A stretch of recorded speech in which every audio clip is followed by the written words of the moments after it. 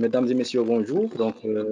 Aujourd'hui, on va voir les règlements de l'Union européenne concernant les dispositifs médicaux. Avec vous, Abdelmek Najib, fondateur de Handvice et employé chez IQQ, donc en tant que Threat Intel Officer. Et avec moi, les experts, Monsieur Mehdi Arbi, Madame Houda Moutassef et Madame Rosine Wafou. À tour de rôle, je vous laisse Houda vous présenter. D'accord, alors merci Abdelmalek. Bonjour à toutes et à tous. Je me présente, je suis Houda Moutassef. J'ai démarré mon parcours universitaire dans le domaine de la chimie industrielle au sein de l'université Hassan II de Casablanca. Je suis issue d'une formation initiale en génie des procédés et méthodes d'analyse physico-chimique. Ensuite, j'ai intégré la faculté des sciences de Casa où j'ai eu mon master spécialisé en management de la qualité dans tout ce qui est industrie pharmaceutique, agroalimentaire et cosmétique, où j'ai pu acquérir, grâce au corps professoral, de solides connaissances en termes de normes ISO, à savoir l'ISO 9001, la 45001, la 22663, ainsi que la 13485, relative au système de management des dispositifs médicaux.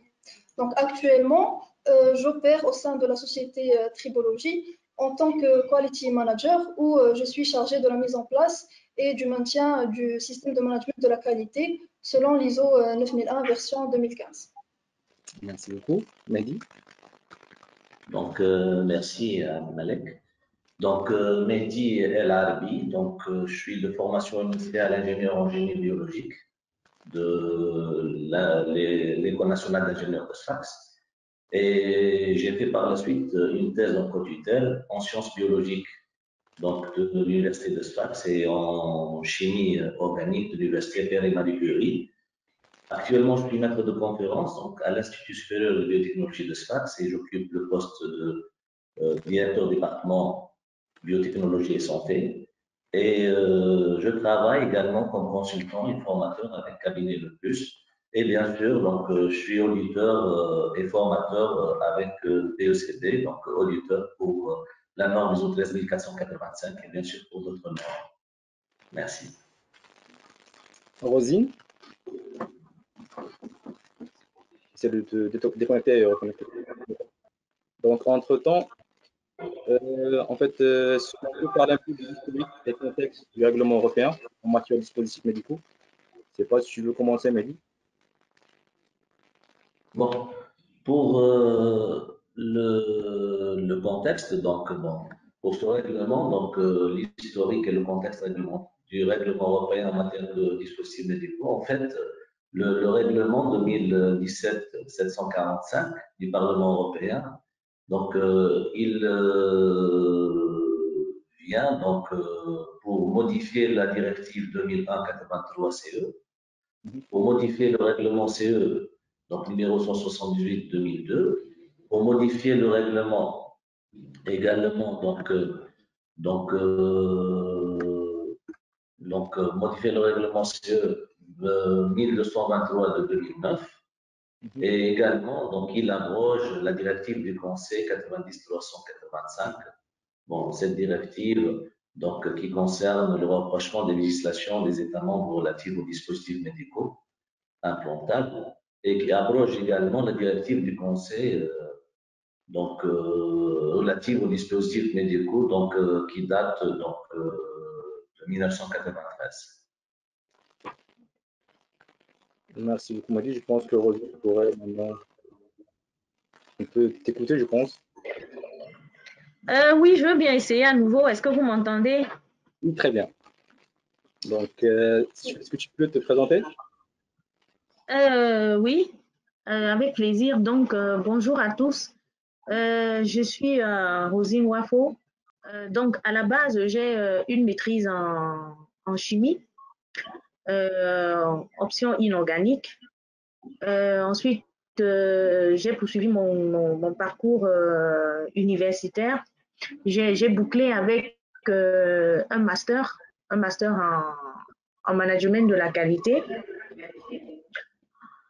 À ce moment-là, j'ai intégré une industrie pharmaceutique basée ici au Cameroun.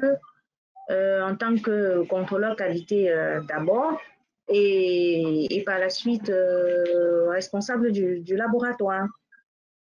Parallèlement, j'ai également suivi une formation en management qualité, santé, sécurité et puis environnement.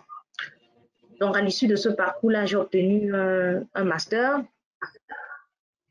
Ensuite, j'ai rejoint une autre firme agro-industrielle, toujours basée ici au Cameroun. Là, principalement, j'étais en charge d'implémenter le système de management et qualité et puis food safety. Voilà. Et donc, depuis 4 ans, je suis promotrice du cabinet de management Geek Consulting et Services. Voilà. Merci beaucoup. Ok, donc on était au contexte historique des règlements européens en matière de dispositifs médicaux. Donc maintenant, la question suivante, donc quelles sont les spécificités de la nouvelle réglementation européenne? Donc, je commence par Ruda. D'accord, merci Adman pour ta question. Donc, concernant les spécificités de cette nouvelle réglementation, il faut savoir qu'elle inclut un domaine d'application plus large qu'auparavant. Également, il y a des dispositifs sans finalité médicale, agissant simplement comme des dispositifs médicaux, comme par exemple les dispositifs incorporant du matériel d'origine humaine. Nous retrouvons aussi des exigences très précises concernant le système de management de la qualité, en plus des exigences de la norme.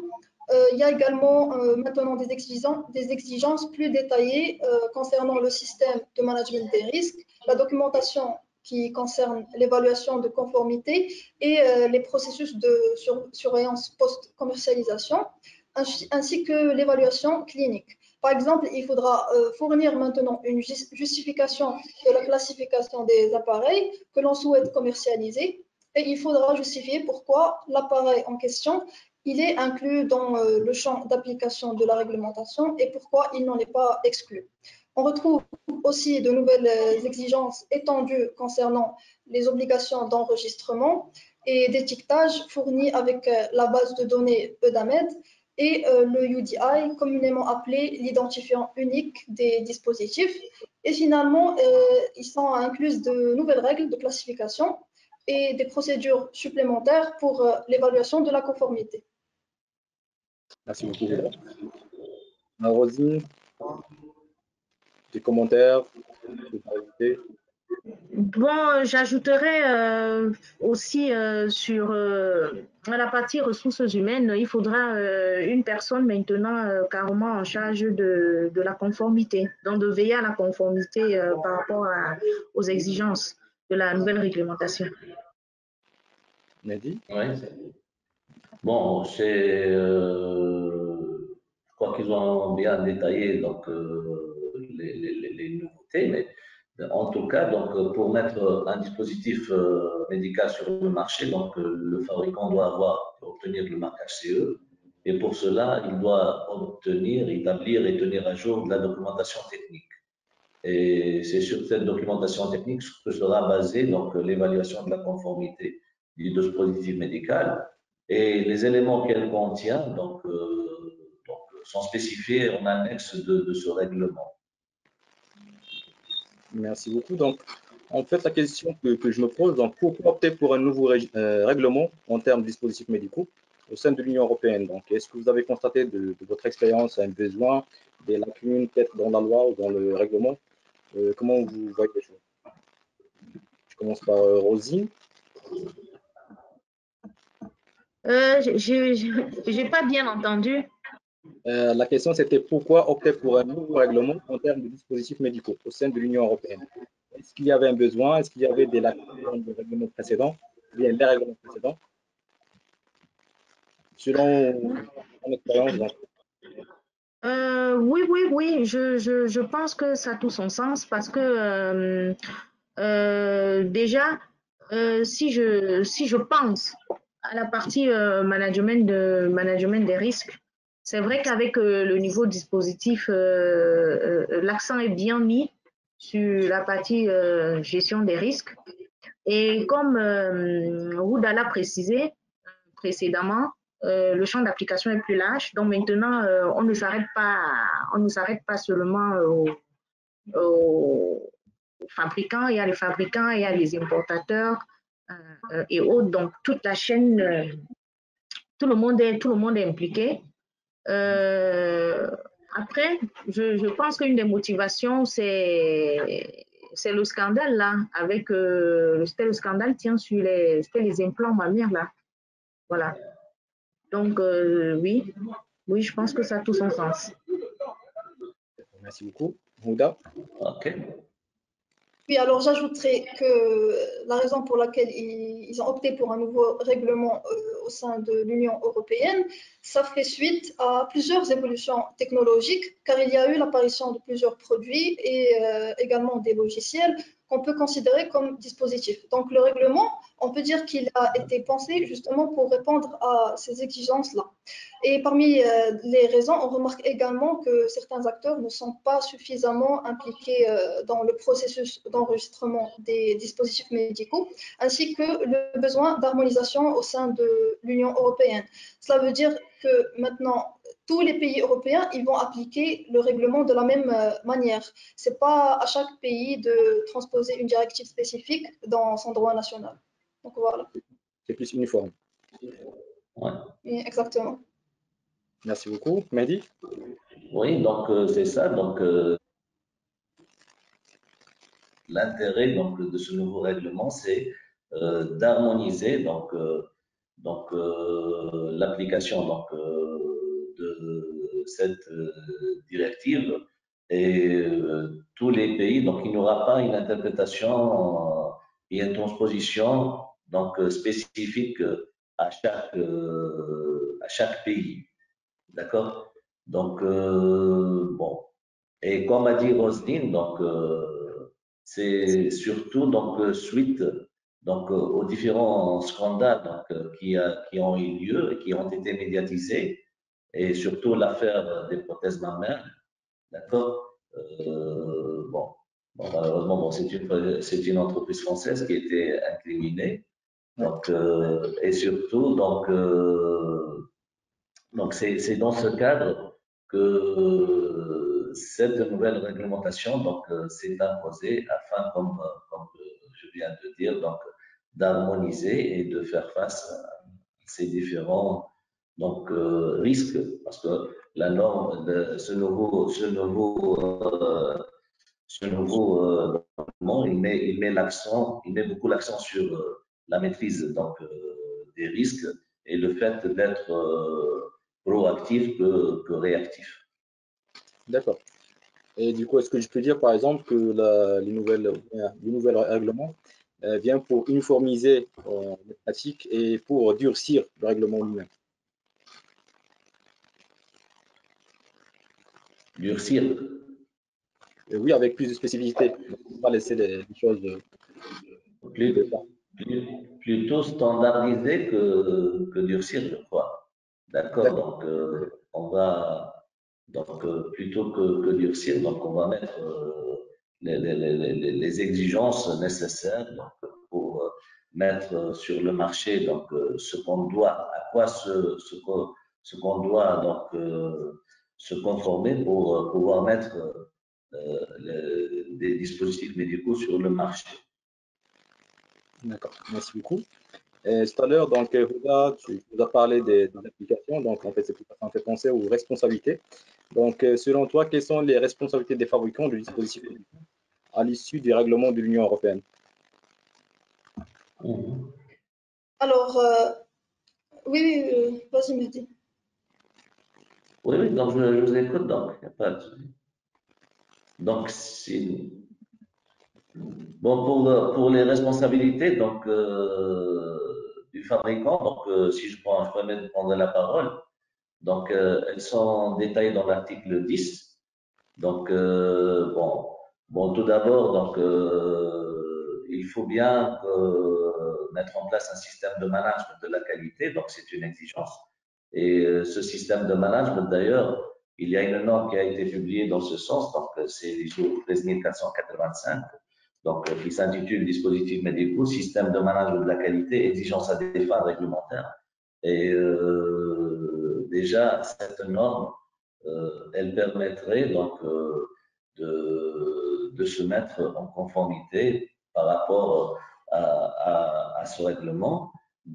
Également, donc, pour les responsabilités donc, des producteurs, donc, tout ce qui est mis sur le marché, donc d'une manière générale, donc lorsque le fabricant met ses dispositifs sur le marché ou ses services, donc le règlement exige qu'il veille à ce que ceux-ci aient été conçus et fabriqués conformément aux exigences du règlement.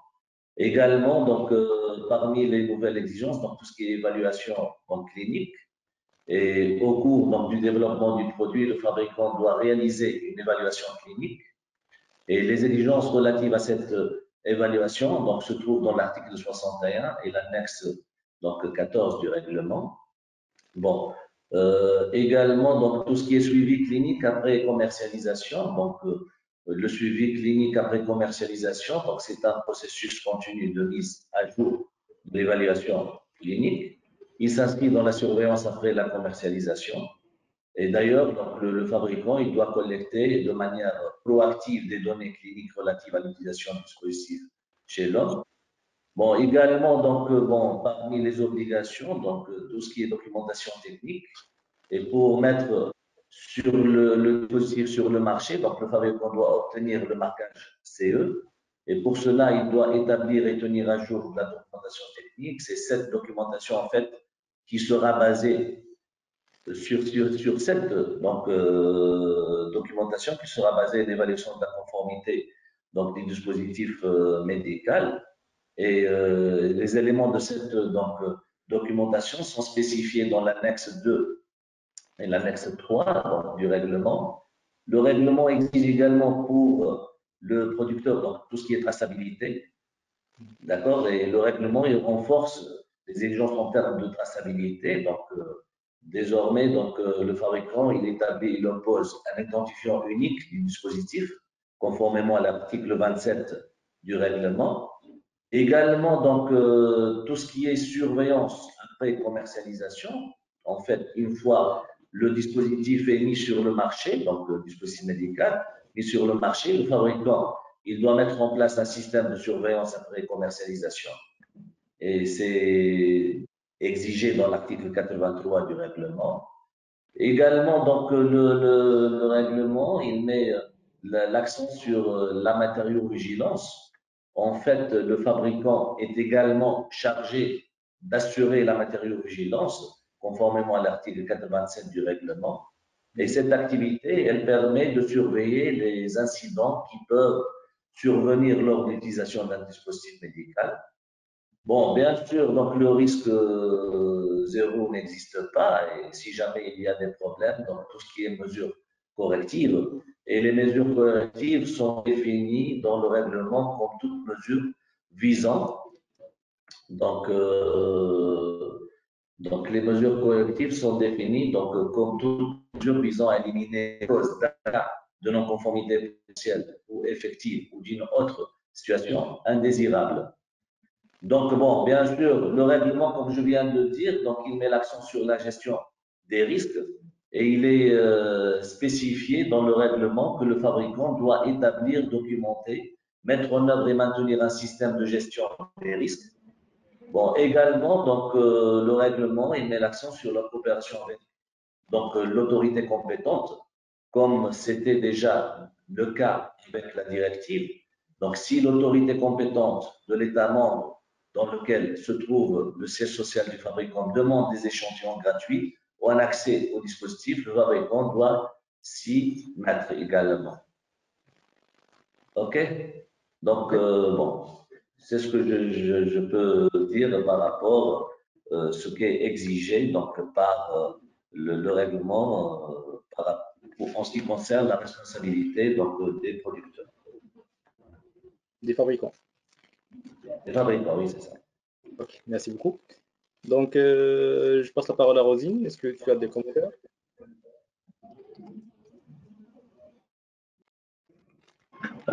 Oui, bon, bah, Mehdi a fait Lydie a fait un très bon brossage effectivement de ce qui est exigé pour le fabricant.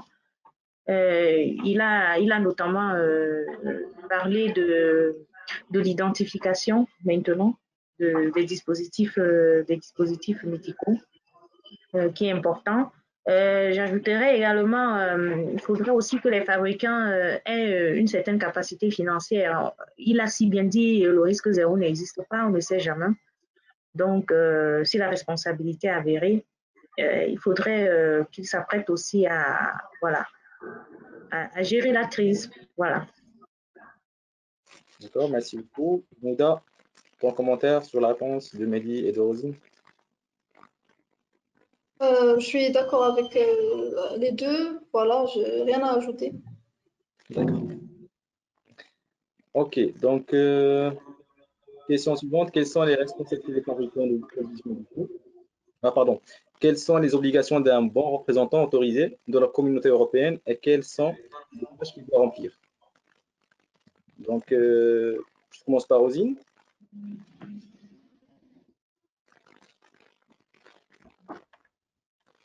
J'ai pas très bien suivi la question là. En fait, ça parle des obligations d'un bon représentant autorisé de la communauté européenne et quelles sont les tâches qu'il doit remplir.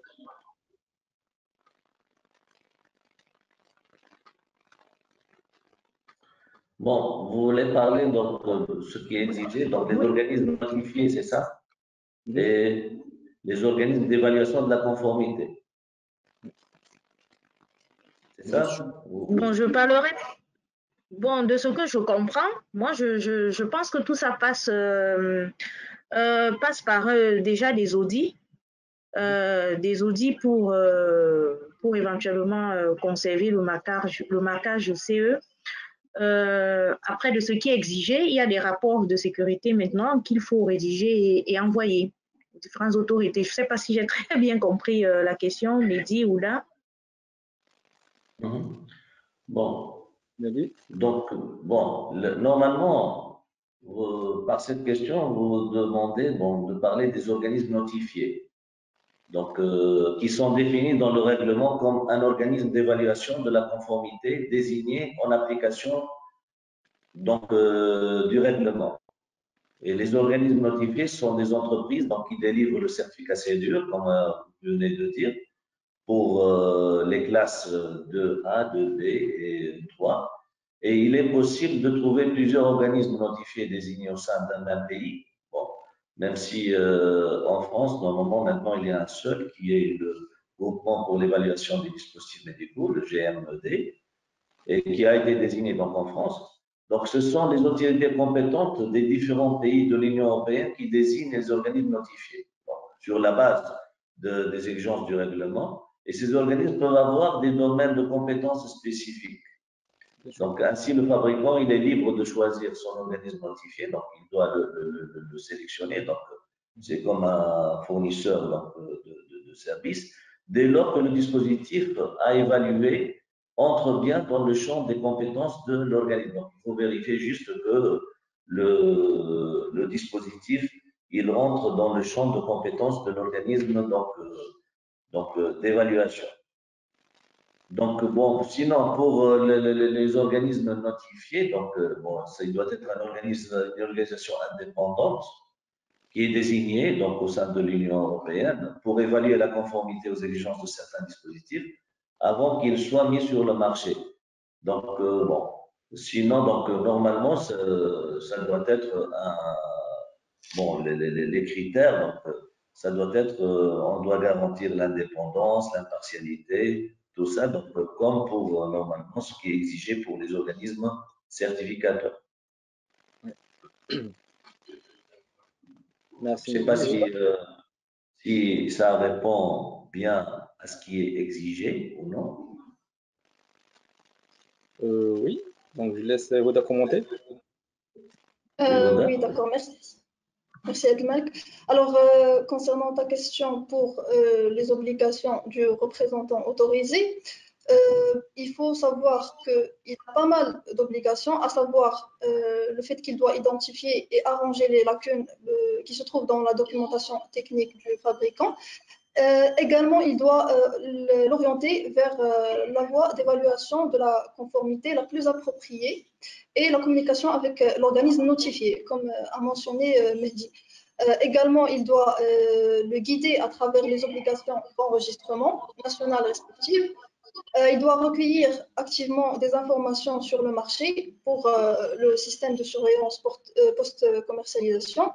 Et il doit également l'accompagner en cas d'incident ou de problème avec les autorités nationales compétentes. Et pour finir, il doit s'assurer que tu disposes toujours des normes et des conseils actuels et valides.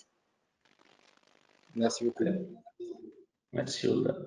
En fait, je me demande, là, on parle des règlements européens, alors que nous, donc, je pense qu'on est quelque part dans le monde, donc Tunisie, Maroc et Cameroun. Donc, ma question, c'est quel est l'impact sur les pays qui ne font pas partie de l'Union européenne? Est-ce que ça a un impact ou pas? Est-ce qu'on a des obligations de se conformer à ce règlement? Rosine, qu'est-ce que tu en penses?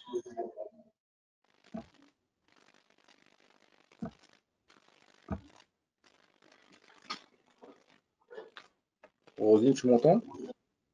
Vas-y. Bon, si elle ne répond pas, donc, puisque sûrement donc, ça aura un impact sur les pays qui n'appartiennent pas. Donc, C'est un peu entrecoupé, hein. C'est entrecoupé, donc je n'entends pas très bien. oui, on vous écoute maintenant, donc vous pouvez. Est-ce que La question. Est-ce que tu m'entends maintenant, Rosine? Très bien. Oui. Donc, en fait, ma question, c'était par rapport à l'impact aux pays qui ne font pas partie de l'Union européenne. Est-ce qu'on doit se conformer avec ce règlement ou pas? Est-ce qu'on est touché par ce règlement? Oui, oui, si on ambitionne vendre, je vais dire ça simplement comme ça, si on ambitionne de vendre tout ce qu'on a comme dispositifs médicaux sur le sol de l'Union européenne, oui, il faut se conformer. Donc ça vaut pour l'importateur ou alors le vis-à-vis qu'on a du côté de l'Union européenne. Donc, le mandataire, je veux dire. Donc, oui, c'est important aussi pour nous. D'ailleurs, j'ai deux personnes ici au Cameroun qui m'ont contacté justement là-bas en Europe, notamment en Belgique, exiger de s'arrimer justement au nouveau règlement européen sur les dispositifs médicaux. Donc, oui, c'est un impact. D'accord, merci beaucoup. Mehdi? Donc, oui, c'est ça. Donc, d'ailleurs, même si on va se faire certifier, par exemple, 13485, donc on est appelé à être en conformité par rapport aux attentes des parties intéressées. Et il se peut que cette obligation n'émane pas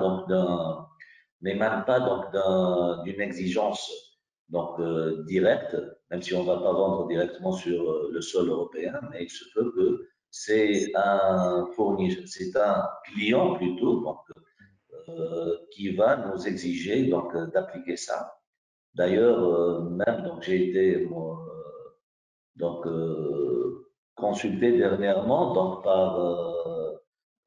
déjà par un hôpital, parce que maintenant même les essais qui ne sont pas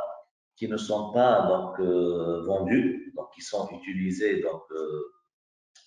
pour le diagnostic, tout ça au sein des hôpitaux et cliniques. Donc déjà, ils sont maintenant gérés également par ce règlement.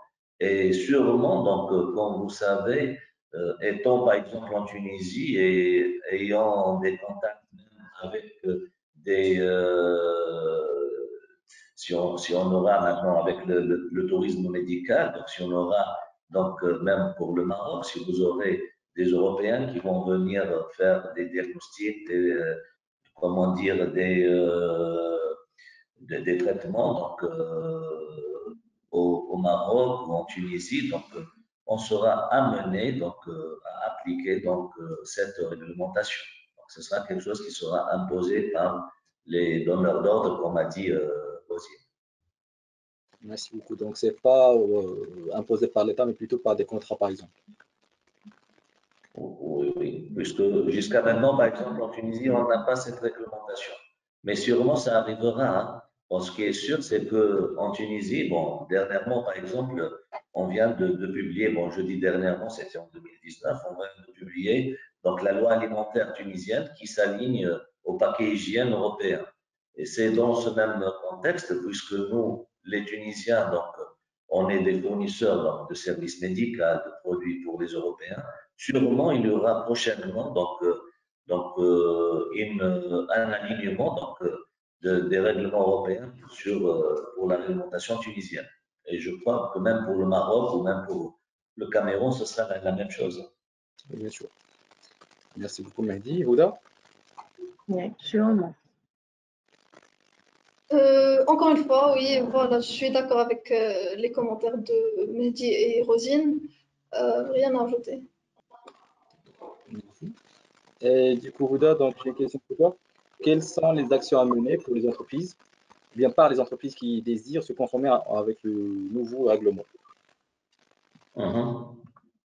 Houda, est-ce que tu peux répondre? Oui, d'accord.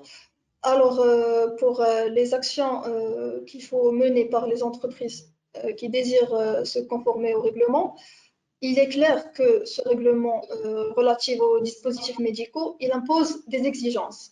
Ces exigences, elles sont accrues vis-à-vis des fabricants et aux autres opérateurs économiques de la chaîne d'approvisionnement, sachant que les délais de la mise en conformité, ils sont relativement courts.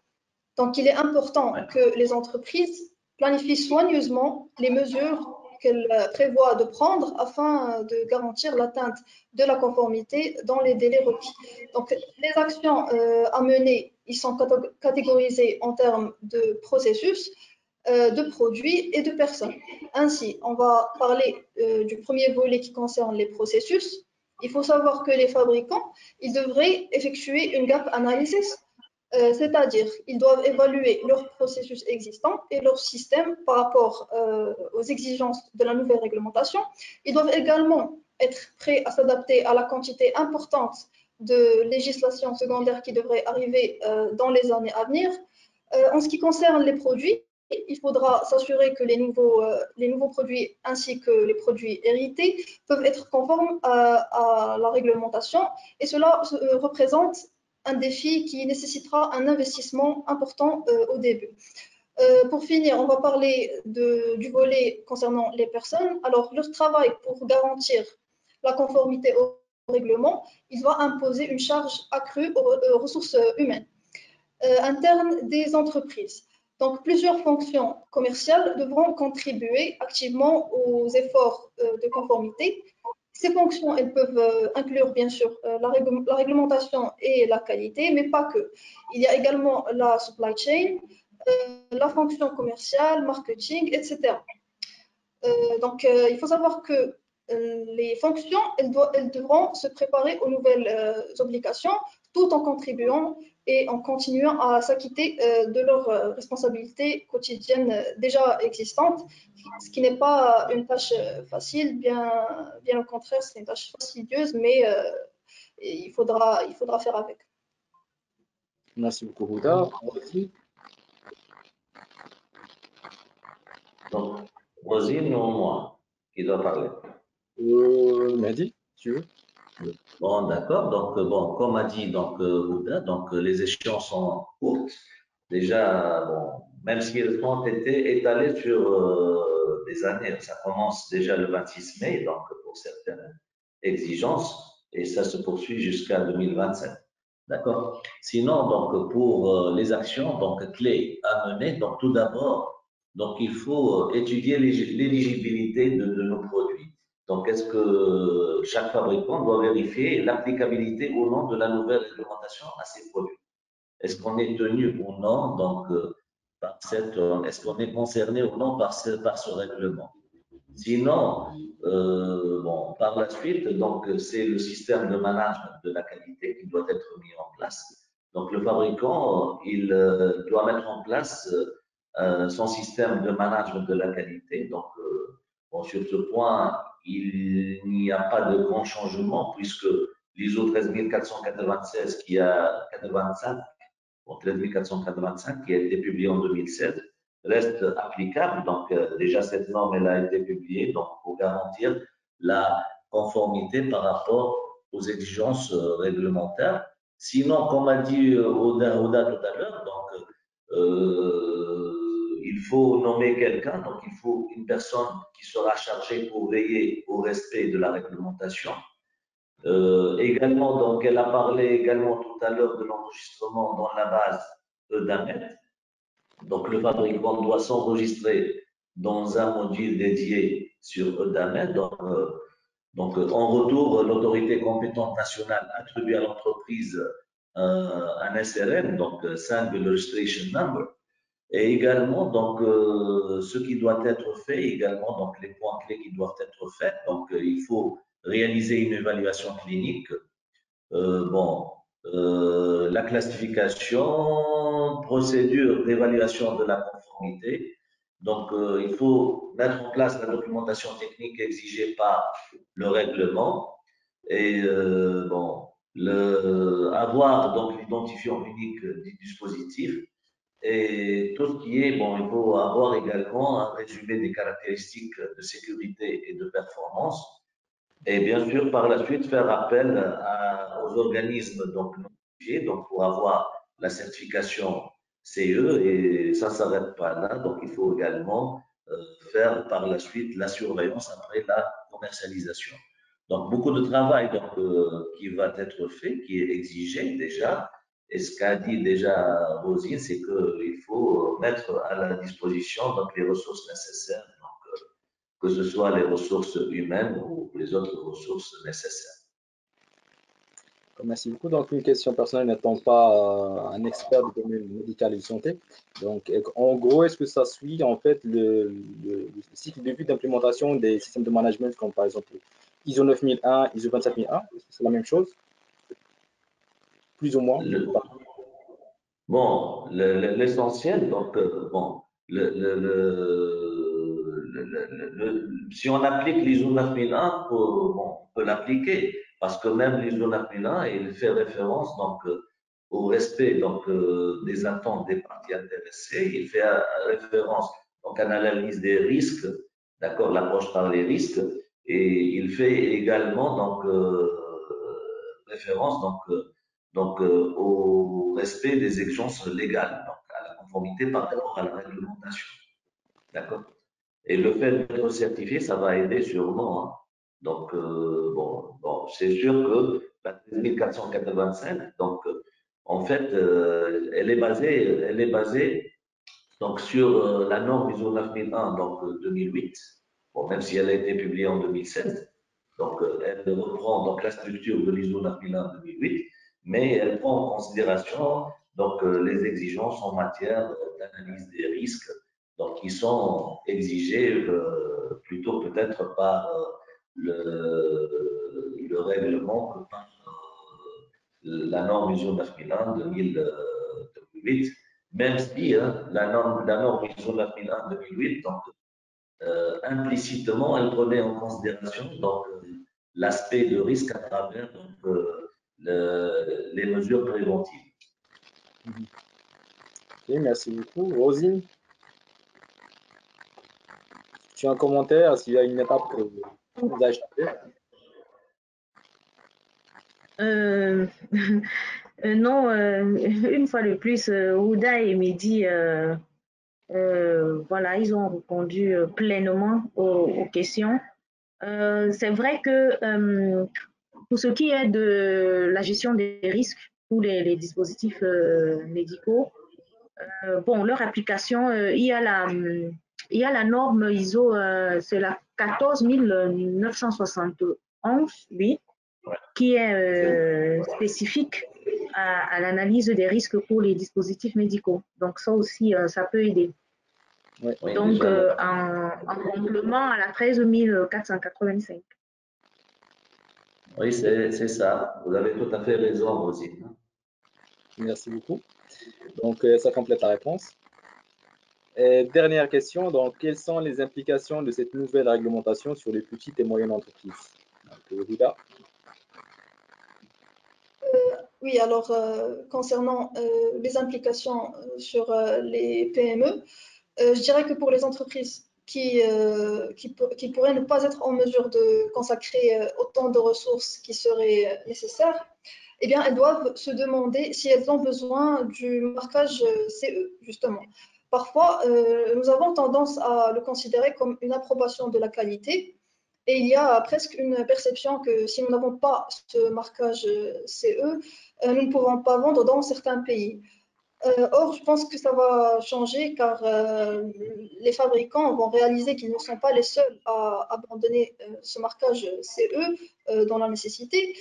J'imagine qu'en tant que petite entreprise, si vous savez par exemple que votre marché cible n'a pas besoin du marquage CE pour l'approbation réglementaire, je me demande vraiment si vous en avez besoin du point de vue de la qualité. Car je pense que chaque agence de réglementation du pays, elle a également relevé la barre et s'ils peuvent l'approuver, cela devrait certainement être plus que suffisant en tant qu'approbation et un garantie de la qualité. Merci. Donc, Mehdi, Rosine. Bon, sûrement, donc, ce nouveau règlement, il aura un impact donc, sur les petites et moyennes entreprises. Donc, il y aura donc sûrement donc, des dépenses et des coûts supplémentaires donc, que ça va occasionner. Donc, ça impactera sûrement donc, les coûts de revient. Et bon, même si donc, ça peut, dans un autre temps, peut-être présenter même une opportunité pour certains organismes et certains pays.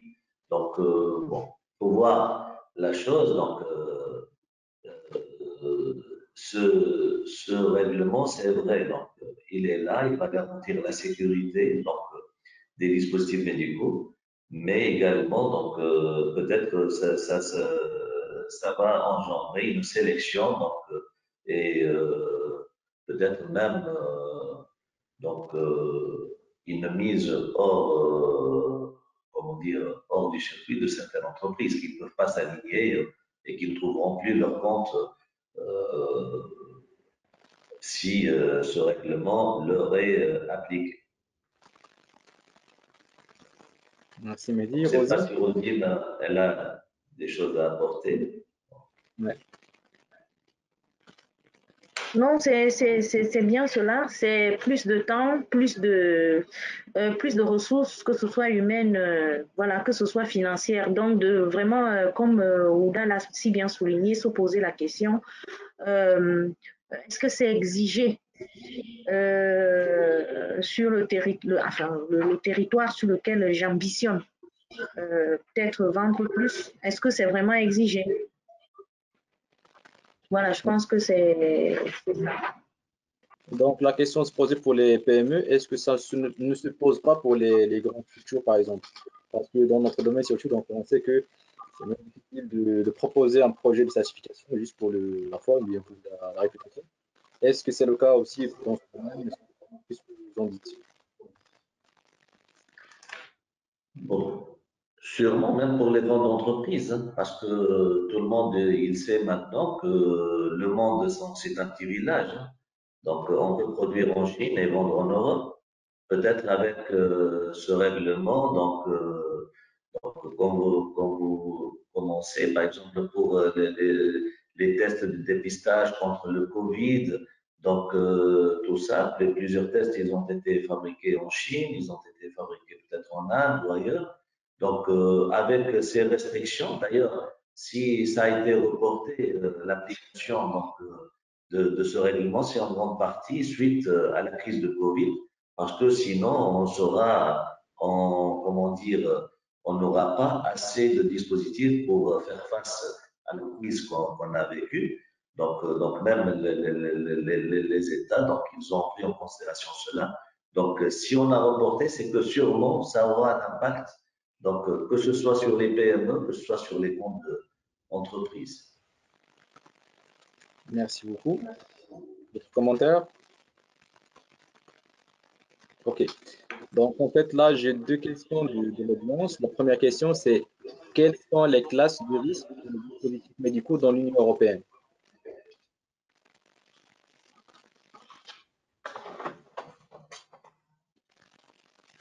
Tu peux répondre à la question. Quelles sont les classes de risque pour les dispositifs médicaux dans l'Union européenne? Bon, généralement, il y a 4 classes. Par exemple, on retrouve la classe 1 d'un risque légèrement, enfin, il n'y a pas de risque pour la classe 1. On retrouve également la classe de B, la classe C qui représente un risque grave. Majoritairement, il y a 4 classes et donc le classement est par sévérité et par l'intrusion dans le corps humain. Voilà. Donc, bon, j'ai la réponse devant moi. Donc, bon, pour les différentes classes, en fait, donc, la classe A, donc, ce sont les risques individuels et les risques pour la santé publique faibles. La classe B, les risques individuels modérés et ou risques pour la santé publique faibles. Classe C, donc risque individuel élevé et ou risque pour la santé publique modérée. Et classe D, donc les risques individuels et risques pour la santé publique élevés. Donc, ce sont les 4 classes dont parlait Ouda, donc classe A, classe B, classe C, classe D. Merci beaucoup, Mehdi. Rosine, commentaire? Non, non, c'est bien ça. OK. Merci. Ouda et Mehdi ont... Donc, deuxième question, quelles sont les principales différences entre la classification des dispositifs médicaux de la FDA et de l'Union européenne? Vous pouvez répéter la question, s'il vous plaît? Oui. Donc, quelles sont les principales différences entre la classification des dispositifs médicaux de la FDA et de l'Union européenne? Ah, okay.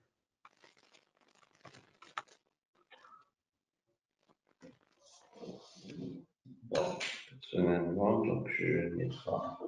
Vous avez la réponse, Ouda? Non. Non. On peut noter la réponse et revenir vers l'intervenant Bon. qui pose la question par la suite. Donc, bon, on répondra à ça. Donc,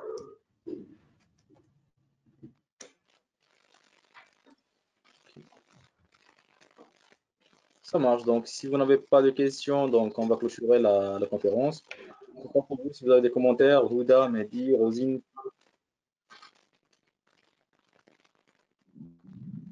bon, je laisse Ouda tout d'abord parler, puis Rosine, puis je prends la parole. D'accord, merci. Donc, alors, tout d'abord, je tiens à remercier toutes les personnes ici présentes, ainsi que les organisateurs de PECB pour cette table ronde fort riche en informations. Donc, je tiens également à remercier les personnes qui ont pris le temps de nous écouter. Et pour finir, j'aimerais rajouter, comme on a vu, l'impact de la réglementation relative aux dispositifs médicaux, elle peut être significatif dans cette industrie. Donc, les challenges individuels de chaque entreprise vont varier selon les circonstances, mais quelques éléments doivent être communs à tous, à savoir, généralement, il vaut mieux se préparer tôt et de manière détaillée, et il faut résister à l'envie de voir le règlement des dispositifs médicaux comme un problème purement réglementaire à résoudre par le personnel de la réglementation. Et enfin, il faut essayer de rester engagé dans le processus au cours des prochaines années d'implémentation. Voilà, merci. Merci, Houda. Mehdi?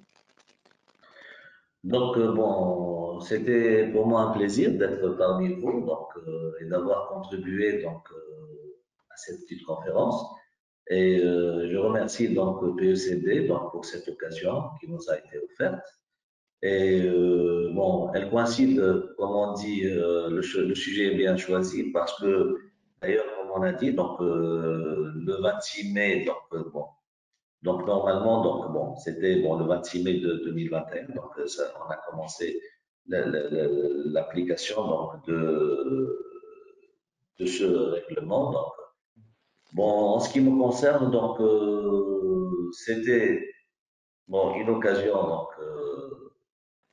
que j'ai beaucoup appréciée. Merci pour les gens qui étaient là pour nous écouter. Et merci à PECB. Merci Mehdi. Rosine? Oui, donc je remercie tout le monde, déjà les panélistes, les participants également. Oui, c'est un réel plaisir voilà, d'échanger. J'espère qu'on aura pu apporter au moins un petit éclairage par rapport à cette nouveauté-là, justement. Et, et voilà, de comprendre la plus-value des normes, notamment la 13 485, et de la saisir comme une opportunité, oui, opportunité de vendre des produits voilà, à l'extérieur. Pour nous, en Afrique, qui sommes en Afrique, notamment voilà, au sein de l'Union européenne, c'est possible. Voilà. Comme Ouda l'a dit, il suffit d'une bonne préparation, d'être vraiment engagé, d'avoir beaucoup de volonté. Et voilà, ça va aller. Merci beaucoup Rosine. Donc encore merci à vous tous. Merci à PECB pour cet événement. Et merci à vous pour l'échange. Franchement, pour moi, c'était presque une séance de formation parce que c'est vraiment même. Merci à l'audience et au plaisir. Merci beaucoup. Merci. Ciao. Merci. Au revoir. Au revoir. Au revoir.